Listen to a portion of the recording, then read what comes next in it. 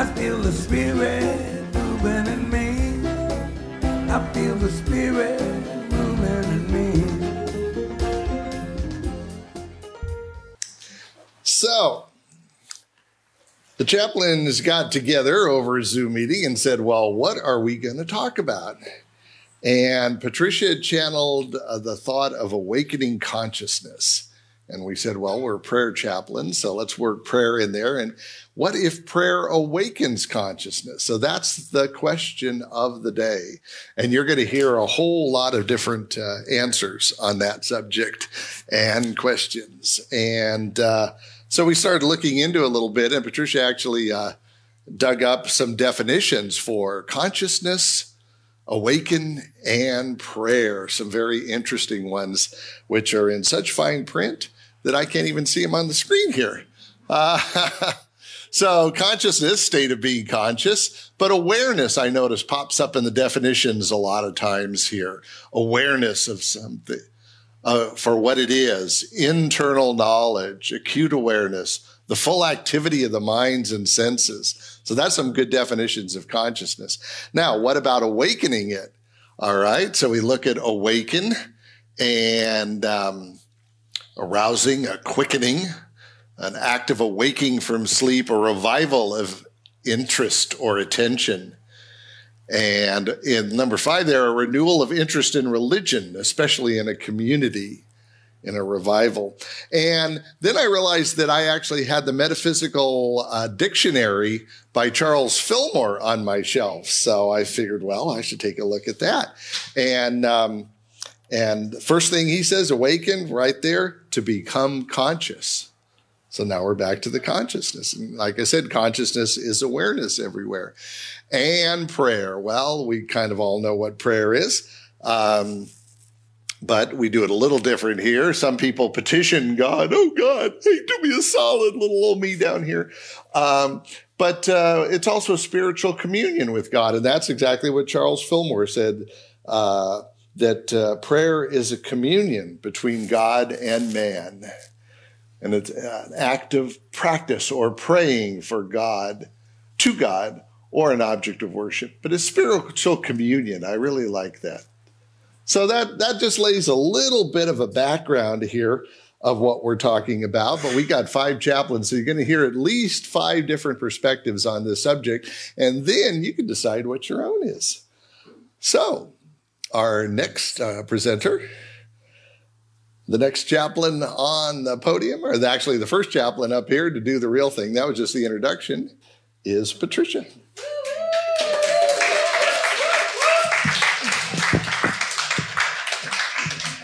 I'm sure that's fine. Can you hear me? Let's move a little closer. Oh, okay. There we go. Yeah, is that better? All right, there we go. Have to be heard, you know. I'm like every other human I know. So, as Adam went through those definitions, and as we came up with this topic, I've come to understand and to witness in my own life over the years that I've played on this planet as a human, that I have a lot more questions than I do answers. So that's what brought me forth with the what if. Some of you may remember some time back, Unity did a book study with a book, and I think the title of it, What If Everything Is All Right? In that book, she gave us choices, which had never ever dawned on me before. Well, what if up, everything's all right, and all's in good divine flow, and life is wonderful, and how marvelous is that? However, there's another side to that. Never occurred to me. I happen to have a Pollyanna that's very well developed, so I rarely get to focus on the what if down. And I bring that up from the sense that this awakening consciousness, this prayer, and in Unity, we prefer to do affirmative prayer, which would be a what if up. We affirm that the goodness is already in us. We affirm that life is already being done through us. We affirm that love is our expression as a human, those sorts of things. So from that viewpoint, what is it that we're awakening? Is it consciousness that's being awakened? I don't know. Again, here's my questions. What if what's really being awakened is me? Oops. Was I asleep? Well, no, I had my 8 hours. I'm fine in the morning. But apparently some level of me can still expand, can still wake up to a lot more than I've known myself to be up to now. So how does prayer fit into all of this process? For those of us that have been trained as prayer chaplains for this community, a few of other, Adam and Christine have been trained in the other communities of New Thought. And what we prefer is to allow prayer to be the tool that I, as a human, use to awaken myself to what's always already present in me. That I get lost in, life distracts me, pain in my body is like, oh, ow, and I forget what's really my truth. Who am I really from deep inside? I am consciousness. I am light. I am love. Adam, you want to hit that other thing?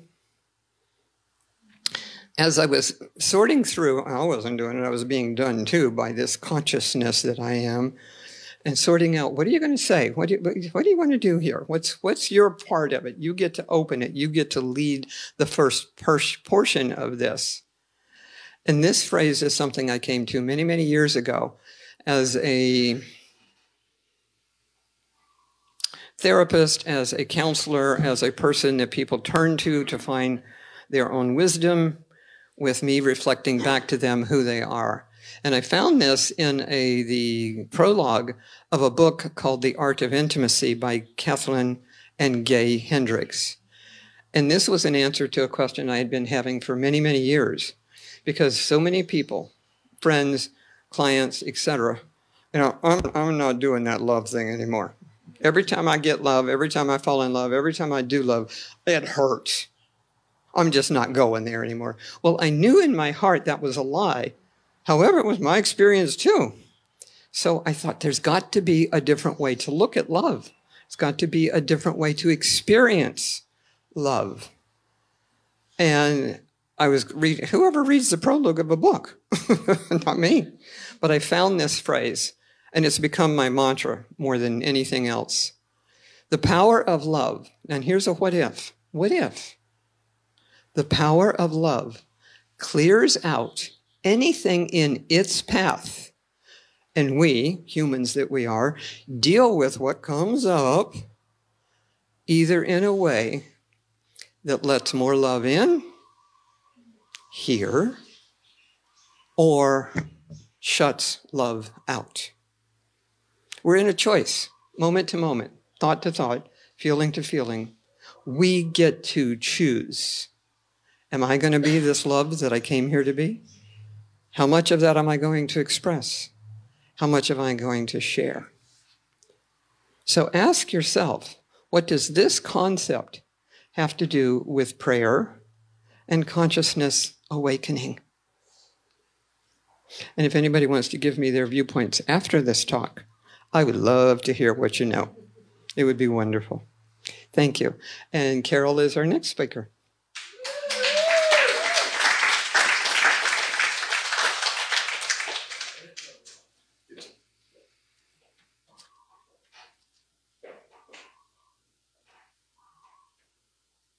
Yes. What if prayer awakens consciousness?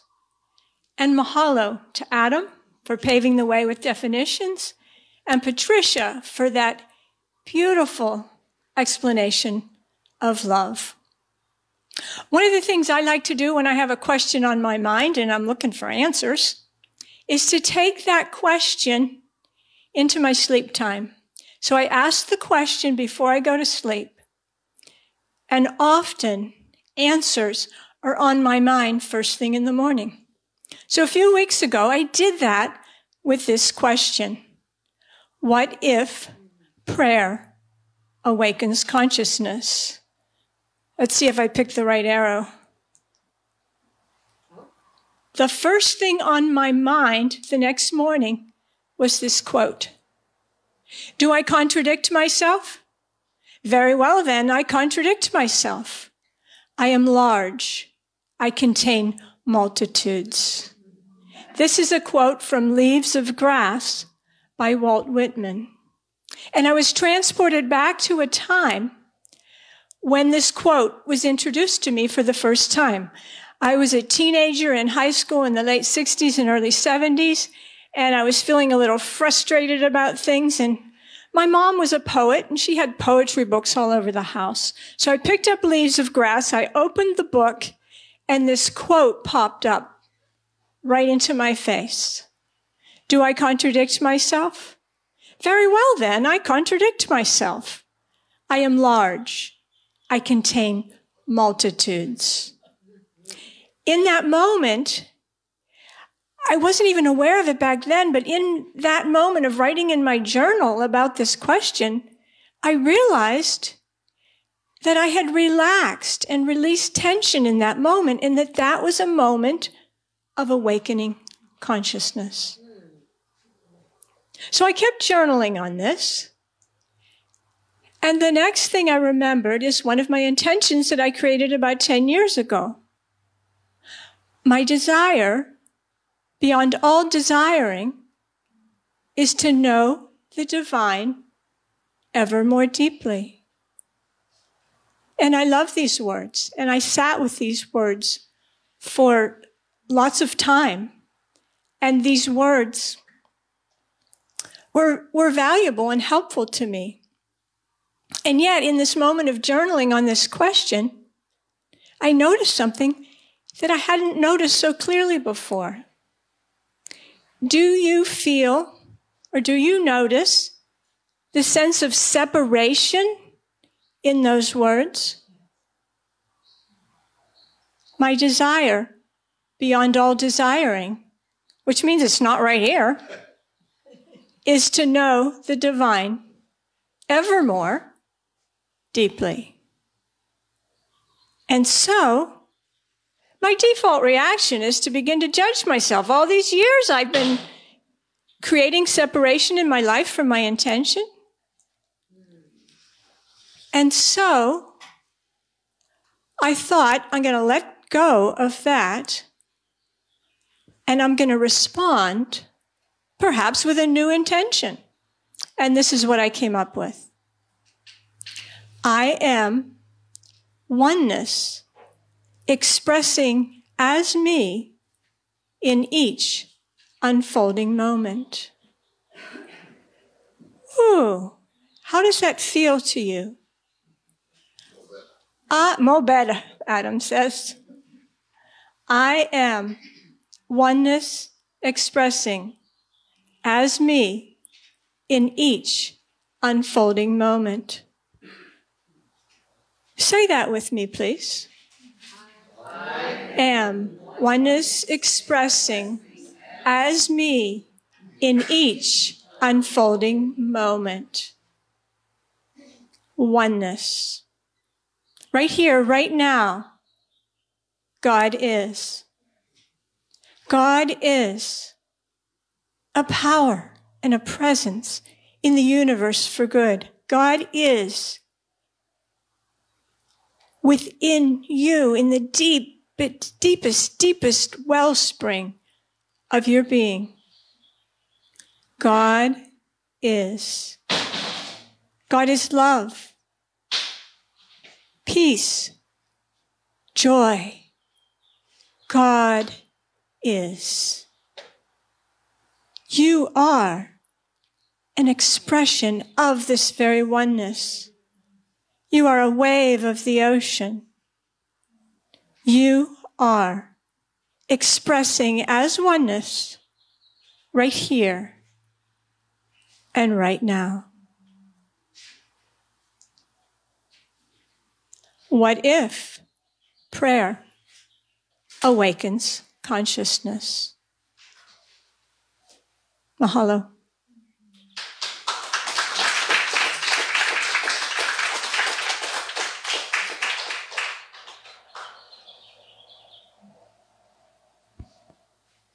And next up we have Marlene. Aloha. Oh, This is very, let me get this set up here. All right. Good. Thank you. Awakening of consciousness.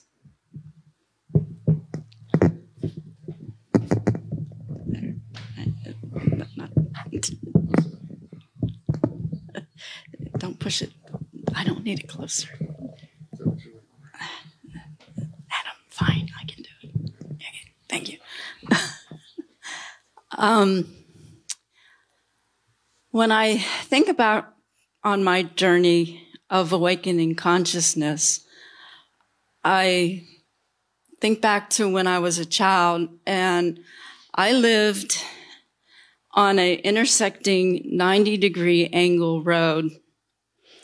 And every so often, we had various things happening in and around that intersection. We had many car accidents, cars overturned in our driveway, cars hit our house. It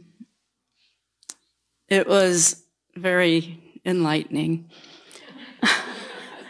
There was a fellow that walked down the street and everybody just kind of stared at him and we all wondered. I wondered. And in that moment, I really embraced the thought, what if I could help these people? How am I going to do that? And so, I went through life kind of, in church, but kind of ignoring some of the signs and things that I needed to know and do. And so I kind of lived my life on the low. And then I went and moved to Dallas, and I had various experiences there. And I got to this point where I was like, what is going on? Why does this keep happening? And I said, I guess, I really need to get back into prayer. I really need to do some deep prayer, but I don't feel like I'm doing it right. Can you show me God? So I walked into a bookstore, and this book fell off the shelf. I mean, literally jumped out and said, here I am. The Dynamic Laws of Prayer by Catherine Ponder. And it's a very, very powerful book. And this woman has kept me in alignment for quite a number of years. And I'm so glad that I have the opportunity to have known this woman through her books. And some of the other books that I've come across in the past few years has been Miracle Prayer by Susan Shumsky, Prayer, How to Pray Effectively from the Science of Mind, Ernest Holmes. And then when I got here, we had a whole library of books here. And I was blessed to have picked up this little red book called Attaining Spiritual Mastery by George Leroy Dale. And, but none of them really expanded because they were words on a page.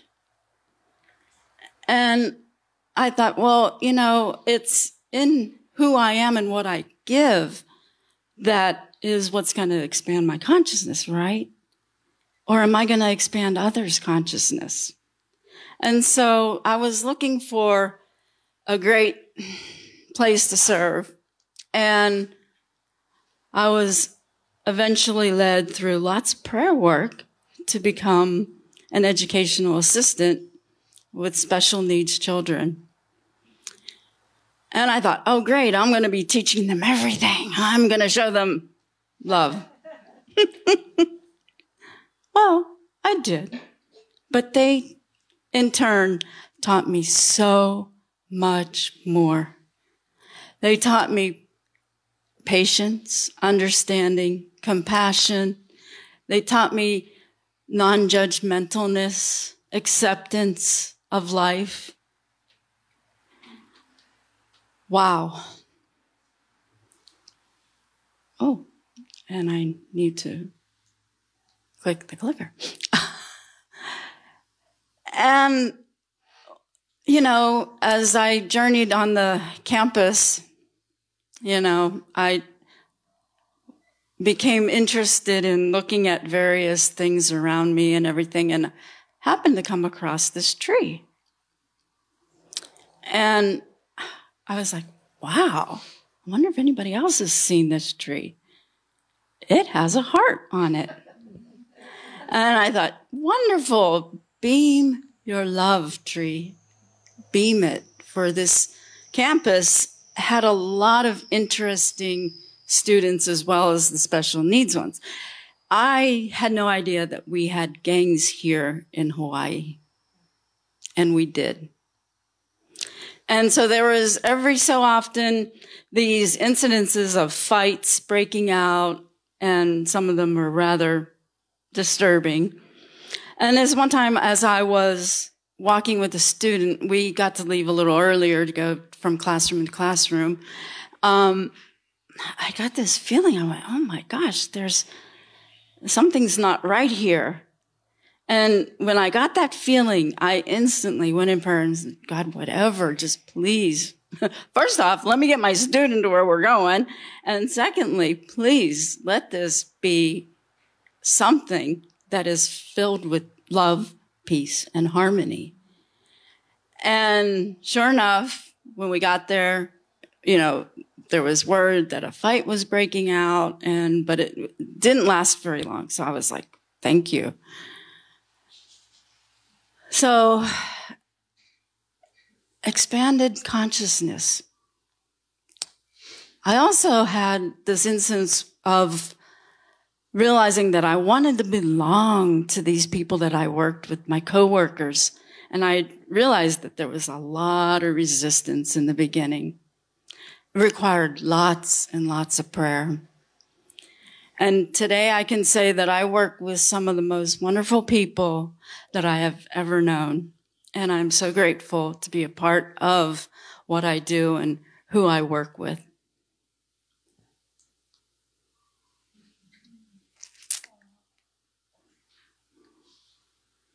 One of the things that fascinated me about Hawaii, even at a young age, was hula. And I thought, oh yeah, hula is just, you know, shaking the hips, moving the arms and hands, and so much more. I was blessed to have 3 wonderful instructors, well, somewhat 4. I danced with Virgie Cantorna, who was our first hula instructor. Holly Sanchez, who is in the middle of this picture. I danced for a small portion of time with Auntie Doll. And then our last hula instructor was Hi'ile Maxwell Wan. And each one of them embraced the love and the light that hula is. And they, in turn, helped me to see that love and that light and the oneness that you get from dancing hula. I read a book once when I came here, and it said that hula was the dance of enlightenment. That it brought in energies that became a part of the dancer. And it wasn't till I had these experiences with these hula instructors that I actually got to realize that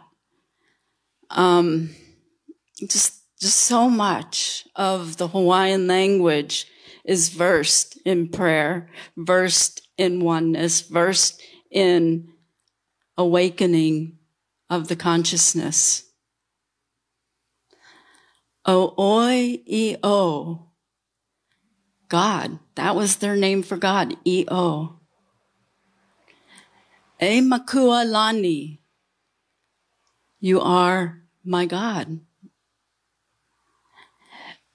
O-oi-e-o. Ka viola. the waters of life. Water holds consciousness. Water is a very potent, powerful, incredible source of life. This is a stream in Iao Valley, this stream, and it holds a very dear place in my heart, one of my most favorite places to go, to feel the prayer, to feel refreshed, rejuvenated. O oi io. Kumu ola. Kumu stands for source, teacher. Ola, once again, is life. Kameahana I na mea apau, which means the maker of all things. Na is big, mea, things, apau is everything. So I began this love of our earth and how to bring that consciousness into the planet. I can't quite see that. I'm going to have to look this way. This is a poem that I wrote before I moved here. We are all offspring of this one great light, a light that gives our souls true flight. Within this light beats a sound that pierces the silence of night, a sound that gives our hearts true delight. Born of the great cosmic sea, it's deep inside you and me, calling, calling, calling us home. So listen closely and follow me. Through a journey of 1,000 lifetimes, I can now finally see that this sound and light has never left me, sowing a garden of love, a song and dance for all eternity.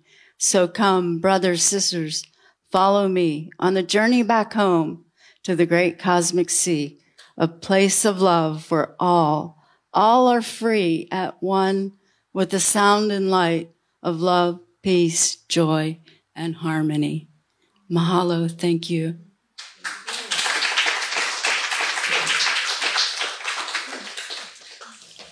Thank you, Marlene. Wow. I'm just so impressed to be in the company of these people, these chaplains, and these people with that give so much. And so for me, the question when I looked at it was, I don't know if prayer awakens your consciousness. I hope it does. That's up to you. All I can do is speak from my personal experience, which is when I started praying more and more with the chaplain training, and when I would pray from the podium at the CSL on the Big Island, I would just move to a new place in my consciousness, because I was a seminar junkie. I did the EST and the LRT and the Pelfing and the Rolfing and everything under the sun there is to do in California. And so I got all kinds of brain learning, but that wasn't what it was about. When it's time to pray, is to let all that go, all the things that are in my head and all these things, and turn it over to something higher. And that was what was just such a blessing. I didn't know what to say, so I just said, what's the highest thought about this? And the same thing when I'm praying for anyone, for any reason, I turn it over to God, and I don't know the answer. What's the highest thought about this? And words come out of my mouth, thoughts and concepts of love and the wholeness and the things we affirm, that God's infinite and that we're all connected to that. We're part of that. So therefore it's already formed. All of that just flows out, and that's such a joy. So I don't know if it's an awakening of the consciousness, but it surely is a shift in the consciousness. And So that's what I love about it. And now our closer, chaplain number 5, Christine, is going to come and tie a bow on this for us.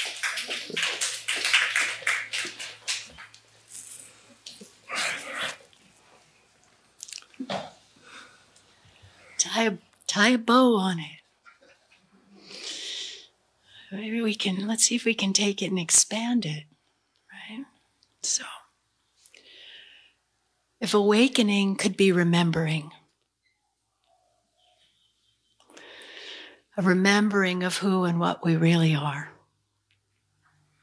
this individualized expression of everything that is. And if prayer is communion with this remembering, it is a practice. And as we practice, we get good at it. We get good at remembering who and what we are. As we practice this and we remember for longer and longer periods of time, and it gets easier and easier to know and stand in a place of non-judgmental awareness of what is. There's no good or bad, evil or ill. It just is. This could be an expanded place where we've stepped out of the egoic place that is little me, and using the prayer of remembering right here where I am, God is all the time, because that is what I am as an individualized expression of that is everything. Then this too must be what is. That we're able to walk through the world from this place of awareness, of isness. Good luck, bad luck, who's to say? Most of us have heard that story before. Good luck becomes bad luck. Bad luck becomes good luck. We all have those stories. So can we live and move from this place of holding the high watch, of remembering that God is all the time. All the time, in any moment, with whatever is happening. And we use this power of prayer, this practice of prayer, to remember that.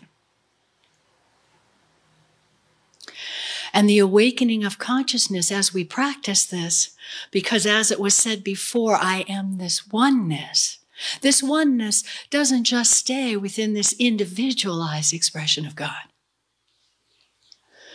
But this awakening is an expanding of awareness of oneness as it moves through each and every one of us, connecting us in all ways.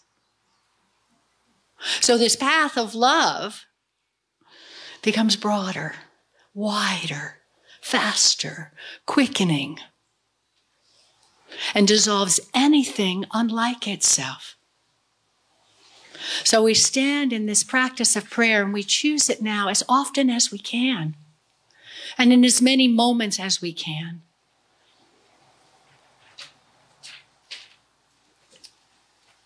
And the more we practice, maybe on a daily basis, maybe multiple times a day, as we get good at it, we'll be able to do this anywhere, anytime, within any kind of what appears to be a chaotic situation. That may be in a judgment. And where we can see order in that moment by remembering that right where I am, God is, and all is good and all is love. And that is what is having full sway now.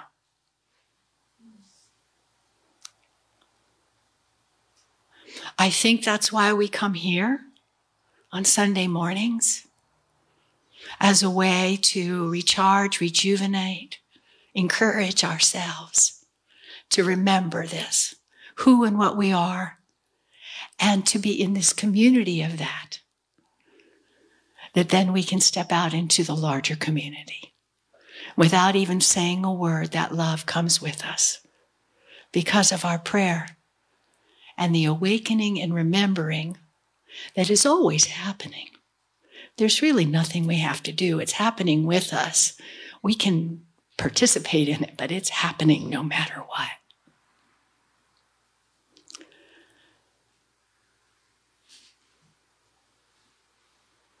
So we choose that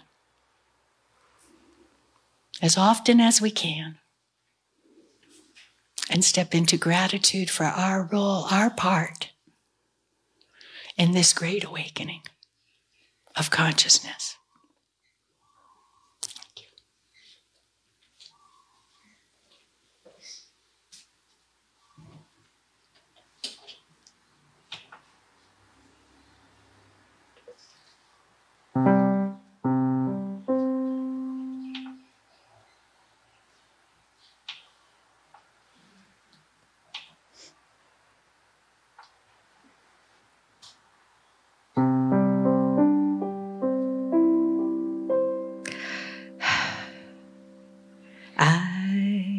Surrender to my greatest, highest good.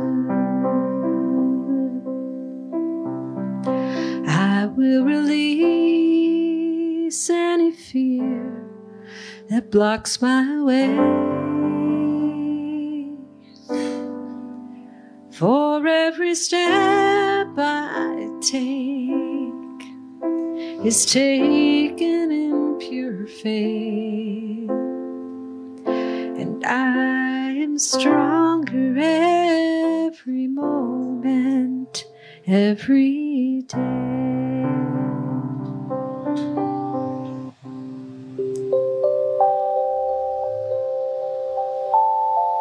So take a breath with me right now. Fill your lungs with the breath of God.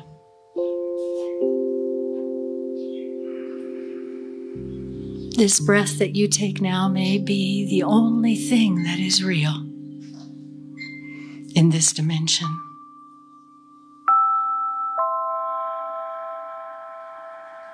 Feel your seat in the chair and feel this breath rising from the center of your being.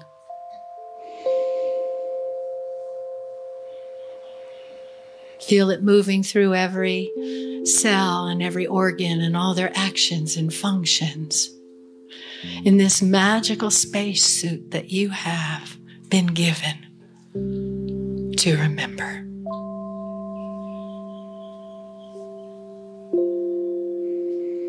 Feel the wind, the breeze against your skin. All of this bringing you fully present right here, right now, in this moment, to remember more than ever before. I am that I am.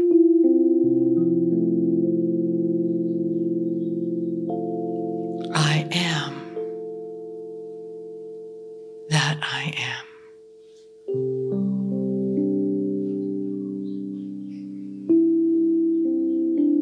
I am every flower that bloomed, every bird that sings, every star in the sky,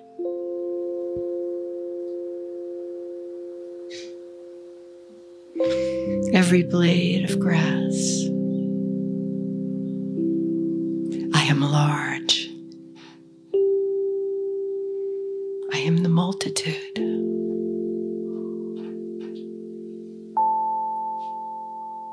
I am everything, everywhere, all at the same time. Take a breath.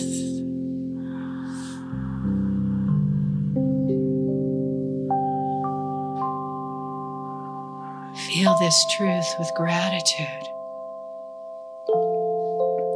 Feel the breath as love. Breathe it in.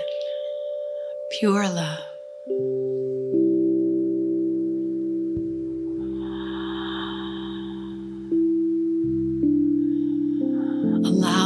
breath to expand your experience of love just a little bit more.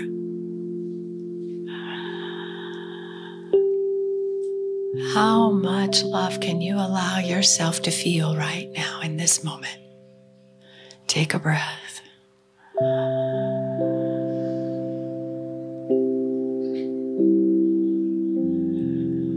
I accept it now. I am open and receptive to all that is, and it is good.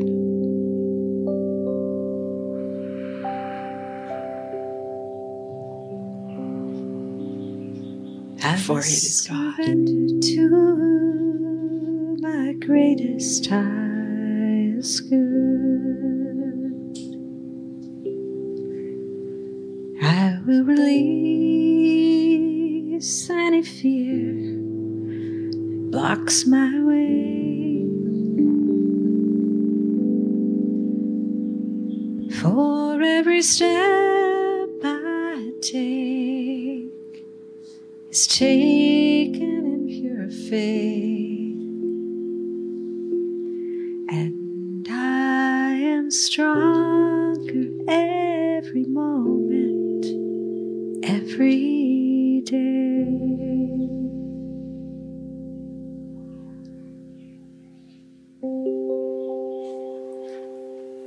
Wow.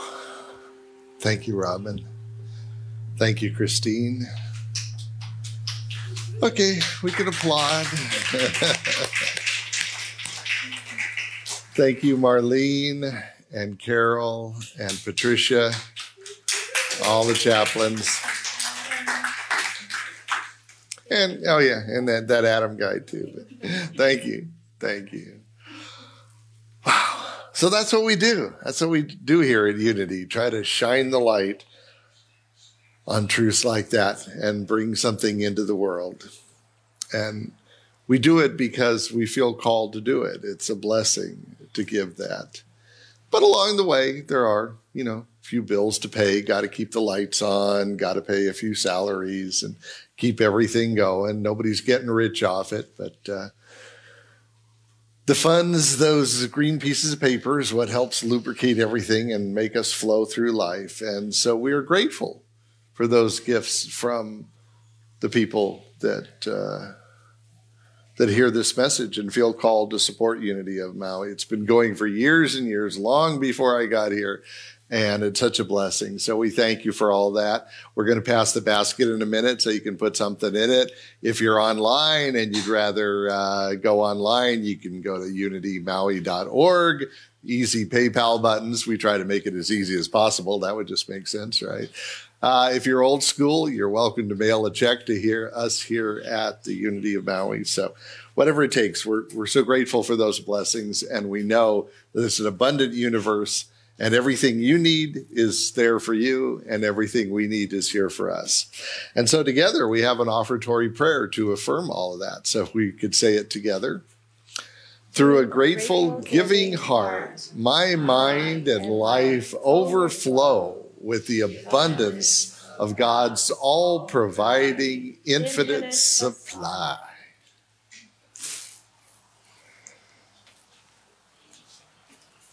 Go ahead.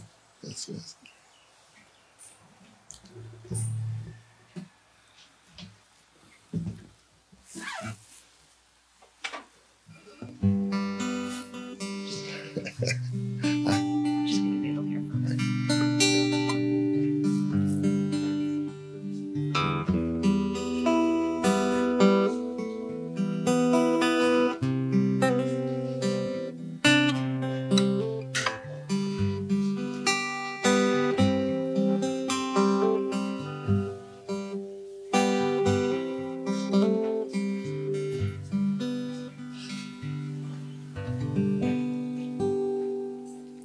Loving Spirit, we're so thankful for these gifts that have come to us in love. We know that this energy of prosperity and love is moving through this ministry, across this island, and out into the world. We see a world filled with love, prosperity, and peace. Thank you. Thank you, loving Spirit. All right, now time for a few announcements. Thanks for the collecting the offerings there. And I noticed some flowers slipping in at the last minute. So someone gets credit for those. What's your name? I'm sorry. Katie? All right. Thank you so much, Katie. What a blessing. Thank you for supplying the flowers, for beautiful flowers for the altar this time around. You get to take them home at the end, and that's the way it works. So if you feel motivated to bring some flowers in, you can, and you share them, and it makes the altar beautiful. And then you can take them with you when you leave, because no point they sit here in the empty building for the rest of the week. So we thank you for that. There's a sign-up sheet in the back if you want to sign up for the flowers. Mike? No, because I'm new here to the news.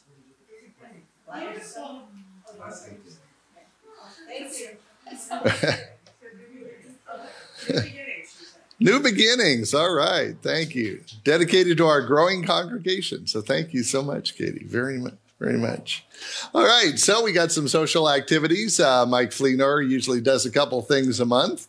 And this month he's got the next Saturday is going to be the sound bath meditation, crystal bowls. That's always beautiful. 4 to 5 here at the church. And that's next week, Saturday. So you bring a mat if you'd like to be on the floor, or you can sit in a chair if either way. You can all set. And on Saturday, June 24th, will be a bamboo waterfall hike. You can meet here at Unity at 3, and they'll be back by 7. If you want more information or to sign up for it, just give Mike Fleenor a call. His number's right there, 808-866-8622. And it's in the Wednesday notice and all over the place, so you can find that. And next week, Reverend Blaine will be back after his fun holo all over the country. You can give him an applaud. Hey, Reverend Blaine. There. Can't wait to have you back. And he'll be talking about, his talk is titled The Science of Grace, How to Align with the Divine. And this talk will bring valuable insights and empower you to embark on a transformative journey of self-discovery. We will explore the concept of awakening grace and its transformative power in your life. You will discover practical techniques and tools to embrace self-discovery and cultivate grace daily. So thanks, Reverend Blaine. It'll be great to have you back. And we also have some Kundalini meditation and Shakti transmission going on here. Prashanti is starting a class that's coming up this Tuesday. The time shifted a little bit, so it'll be from 6 to 7:15, and it'll be every Tuesday right here at Unity. So it's 6 to 7:15 in the evening. The classes are free, but a $10 to $15 donation would certainly be appreciated if you feel so inclined. So let's stand and say our prayer for protection, and then we'll sing one more song to move on out of here. So all together now. The light of God surrounds us. The love of God enfolds us. The power of God protects us. And the presence of God watches over us. Wherever we are, God is.